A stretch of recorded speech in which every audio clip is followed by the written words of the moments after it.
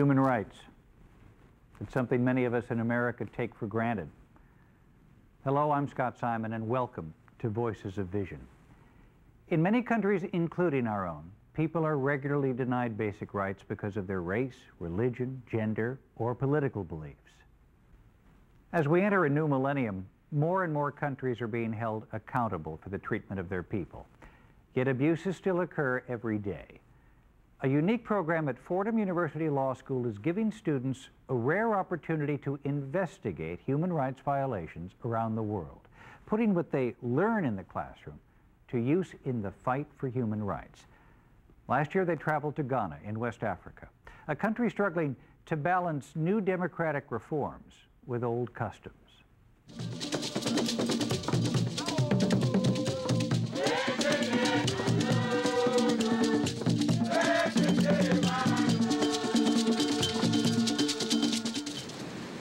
Once known as the Gold Coast, Ghana is a modern African nation of 19 million people. It's a country of great beauty and rich tradition, yet it also bears the scars of slavery. Like many of its African neighbors, Ghana has endured years of political corruption and repression. With its first peaceful democratic transition in government, Ghanaians have reason to be optimistic about the future. But under customary law, women are denied some basic human rights and are struggling to survive.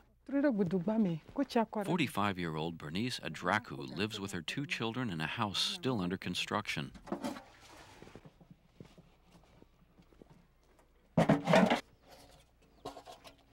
She and her husband Robert had put their life savings into building the home, a mansion compared to the mud flats many of her neighbors live in. Because she knows that she carried water on her head, and she even had to crack stones to help in making the building. And she was part of the building right from the beginning. Less than a year into the construction, Bernice's husband of 20 years suddenly died. But losing her spouse was only the beginning. Earlier, they wanted to take the keys to the house, and I said, we have not finished the house, so we can't give them the key, because if they take the key, I don't know where I will sleep. It wasn't the police or the bank coming to repossess the house. It was her husband's relatives demanding the keys to the house and all of his possessions. They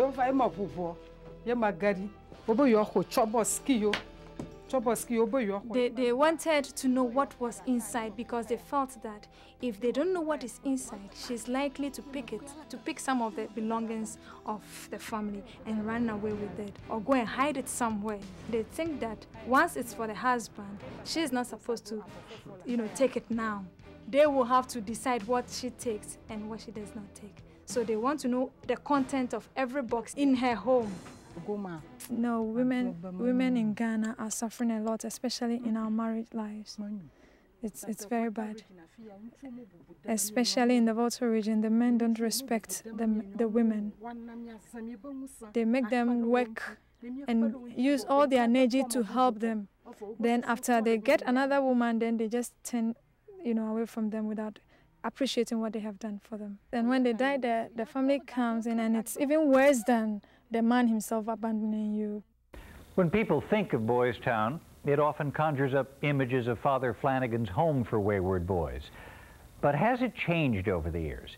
For starters, it's now called Girls and Boys Town. Hello, I'm Scott Simon, and welcome to Voices of Vision. Drugs, alcohol, gangs, and sexual abuse. Kids today are facing much tougher problems than they did in Father Flanagan's day. Now Girls and Boys Town is expanding beyond the borders of Omaha, Nebraska, giving hope to troubled teens across the country. I really didn't care about nothing. I just wanted to hang out and do what I had to do to survive, and that's it. I was scared because he had told me, he's like, well, for the rest of your life, every day you come home, whatever, you step into this house, it's going to be a beating for you, whatever. I was running with the wrong crowd, and we had gotten into a lot of trouble, and I was involved with the police. They knew my name. Sometimes my friends would be like, you're gonna get in a lot of trouble for this or something. I'd be like, I don't care, I ain't got nothing to lose. More than 3 million children are reported abused and neglected every year. Many of them wind up living on the streets, or even worse, in jail, their lives spiraling out of control. That's exactly what happened to 18-year-old Walter Caldwell. My mother, my dad had broke up when I was about 4, and I haven't seen them since. And I seen my mom once again, and after that, I don't recall seeing my mother again. Somebody told me that she was dead or whatever. And my dad had got locked up for child abuse towards me. A lot of the times, it was his temper boiled over just so quick, and it was real fierce, and he was a big man, too. His mother murdered, his father in prison, Walter bounced from one foster home to another. And then one day, he snapped. They had an older foster kid that was in the house. He was about 18, and I was probably like 15 at the time, 14, 15. And he kept referring, like he kept downing my birth mother. He kept saying stuff, you know, she's this, she's that. And so we had gotten into a fight. So at 15 years old, Walter was convicted of a felony. From prison, he wrote a letter to Girls and Boys Town pleading for help.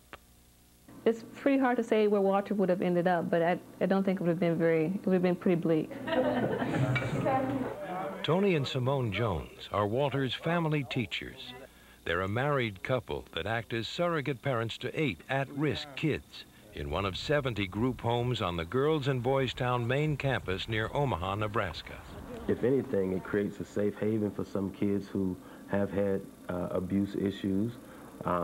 They're kids who've been involved in gangs. They feel that they need an identity attached to something, and we provide that attachment here with the family. And they showed me so much compassion and love that no one's ever showed me in my life. Within just 5 minutes of meeting me, you know what I mean, that kind of love and compassion, you know what I mean, lightened my heart up, you know what I mean, made me the person I am today, I think. These are throwaway children. And many of them have gotten to the point where they're very nasty. I don't like you, I don't like you, I don't like anybody. Oh, Lordy, that doesn't bother us. We're going to get you to like us. How? By giving you everything you want? Oh, no, no, no, no. By teaching you the skills you need to get your needs met in pro-social ways. That's pretty good, isn't it? I think so. Randy, don't you want to stay with us? Yeah, but... Oh, yeah, but what? Father Val Peter is the executive director at Girls and Boys Town. I'm the caretaker of Father Flanagan's dreams. For 17 years, I've been taking care of his dreams. He had a lot of dreams. When America launched into World War I, little attention was paid to problems at home, especially homeless boys, orphans of war left wandering the streets, committing petty crimes to survive. A young Irish immigrant priest named Edward Flanagan borrowed $90 from a friend and opened a boys' home in 1917. Father Flanagan was also sick most of his life. He had TB. Now here's a man with all of this stuff. Why do you think he loved down and out children? Because he would say to himself, they're my kind. I'm one of them.